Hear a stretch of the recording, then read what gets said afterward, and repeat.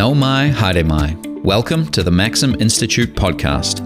My name is Jason, and I'm the Communications Manager at Maxim Institute.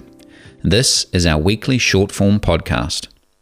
These podcasts are released in tandem with our weekly column and are a chance for you to hear in depth from the column's author about some of the thinking that went into producing their final piece.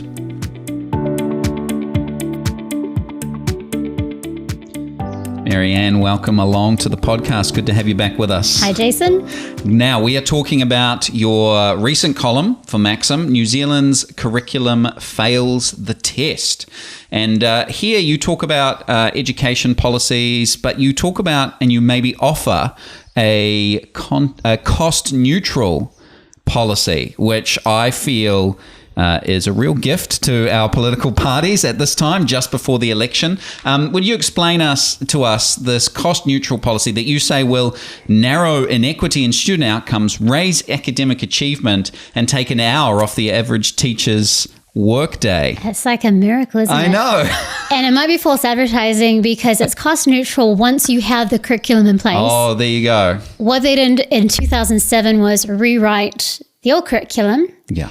And leave teachers with a very skeletal one. Yeah. So a minimalist curriculum. Yeah. So student-centered teaching, you want teachers to be free to take it wherever the students want it to go, whatever context. So the trade-off for that is you don't have a lot of content in the curriculum. The problem with that is international research routinely finds that those countries or provinces that deliver a comprehensive, content-rich curriculum which ensures that students acquire a broad general knowledge achieve higher and more equitable student outcomes than countries with skills-based or more open curricula. Okay. We have a skills-based and more highly open curricula. Yeah. So unfortunately, we have a curriculum that doesn't, according to research, serve students well or teachers well. Yeah. So to get to the place where we've got great outcomes, and it's very complex. It's not just about the curriculum, but it costs money to develop a curriculum. And unfortunately, a lot of money's been spent the last couple of years to refresh the current one. Yeah. But it doesn't look like it's going to be a content-rich curriculum. Who knows? And there's going to be a new government. So I think I've asked questions of people who are more in the know, and nobody really knows. Oh, wow. Yeah. Drafts have come out of what some of the subjects will look like in the revision, and there's been a lot of discontent. So it's probably not going to stay in the form that the drafts suggest it could be. Who knows which direction it's going to go. The bottom line is, if they take it the direction of more content-rich, more prescribed, which some people don't like the idea of, but research shows that that gives a base level. Everybody's on the same page with their teaching. It can be contextualized around that, but you need to stage things. You need to let teachers know what students need to know at each stage in each subject. Or you get what we've got, which sounds good on paper, but in practice... It's not... it trends with the international research, 16 years of falling achievement and widening inequity. Now, that quote that you shared was from a paper recently out called Variable In/By Design by Dr. Nina Hood. And she... highlights a lot of this. What does she say in there? She listens to what the teachers are saying. Which is she's a good experienced thing, right? in that field herself. She runs the Education Hub. 523 teachers across New Zealand were surveyed earlier this year. And some of just the numbers themselves tell the story. So if you've got a very loose curriculum, that means somebody has to create the content. It's Who's mostly the teachers. That's right. So you've got thousands of teachers reinventing the wheel. And of course they're gonna want to contextualize things for their own classrooms. They've got unique students that they will want to teach too. But the bulk of the content doesn't exist for them to just... So it's not like they're tweaking a content-rich curriculum for a couple of students here and there. No, they're literally creating it. Yeah. And how long is that taking them? Like, well, this is the thing. So 24% of teachers spend at least 6 hours a week finding and developing instructional materials. Wow. So that's on top of classroom time. And I mean, they have to spend time developing stuff anyway, but that's a lot of time. 26%, 4 to 5 hours a week, 39% between 2 and 3 hours. Of the ones who spend at least 6 hours, some of them are spending in excess of 10 hours a week doing something that if the curriculum was more prescribed, they wouldn't have to do. Yeah. And interestingly, so 76% of teachers are responsible for finding their own instructional materials. It's on them. Yeah. The same percentage do not believe each teacher should be responsible for creating or finding their own instructional materials. Yeah. So we've got a very big disconnect between what teachers are expected to do and what they think their job should be. Yeah. So they're developing content. 52% of teachers have not received effective professional development on curriculum design. Wow. So there's a whole bunch they're all creating a curriculum, but most of them have not received any training on how to do that effectively. So the curriculum isn't defined enough for them to know, okay, at this point in the year with this grade level and this subject, this is what we should be teaching. There's very little. It's just like a black hole of... Very little that's defined. So they're having to define it. Yeah.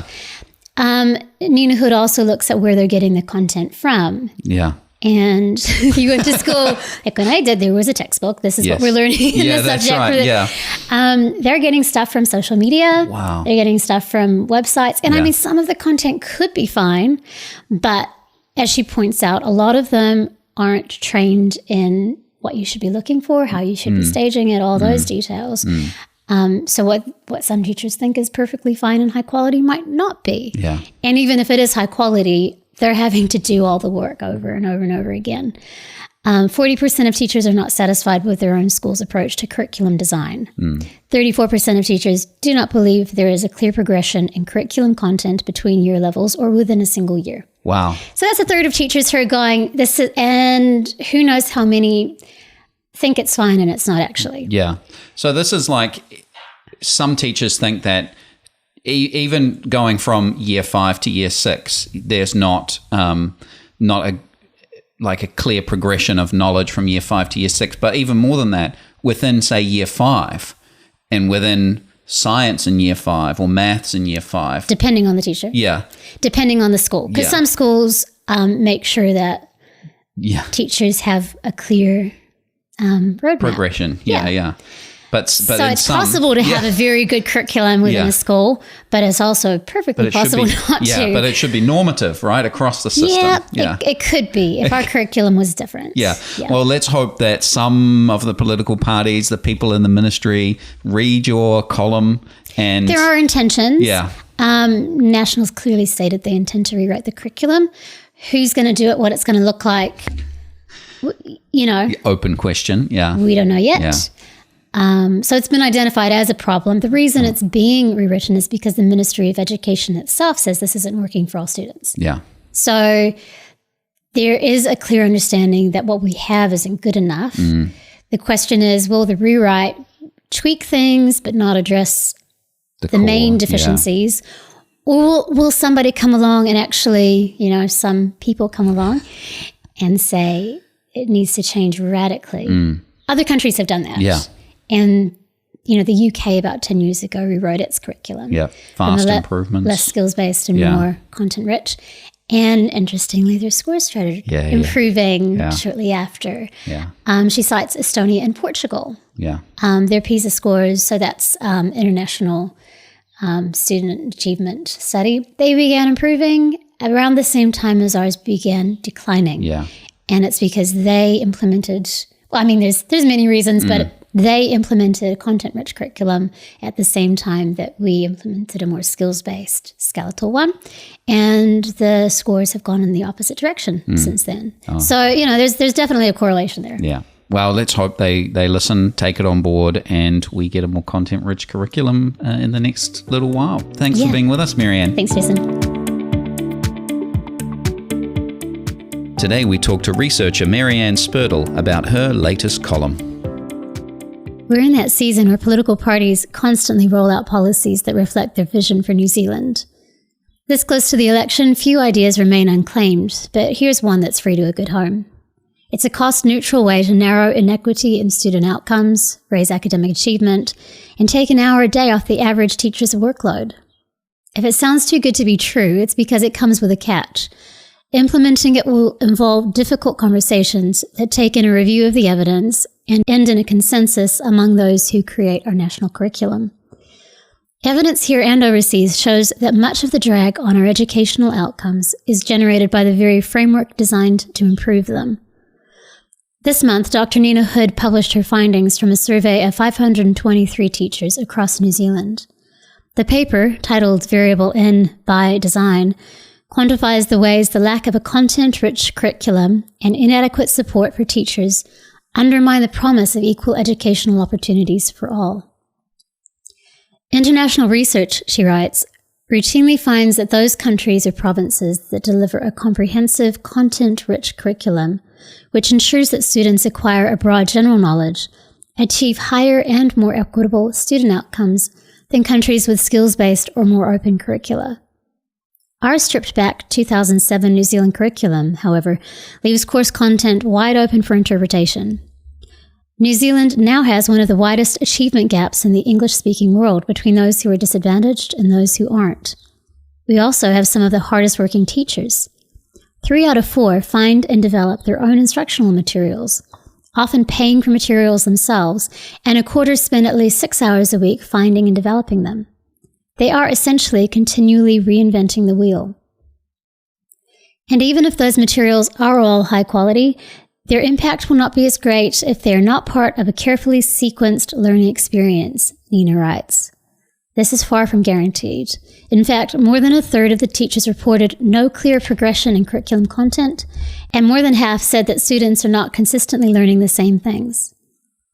For 16 years, we have had a national curriculum that declines to prescribe what knowledge all children should have access to beyond some high-level directives.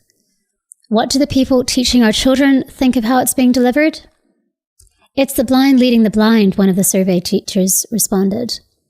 Another said, I have begun accessing the Australian curriculum as they are leading the way in creating and sharing resources which align with the science of learning, explicit, systematic, and progressive.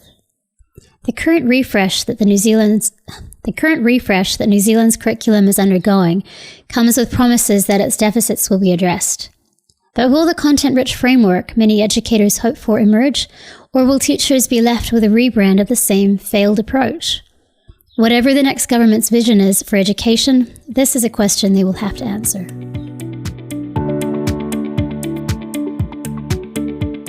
Thanks for listening to the Maxim Institute podcast. If you'd like to hear more from us and keep up with the rest of our research and analysis of politics and policy in New Zealand, you can sign up on the homepage of our website to get our monthly forum email and invitations to future Maxim Institute events.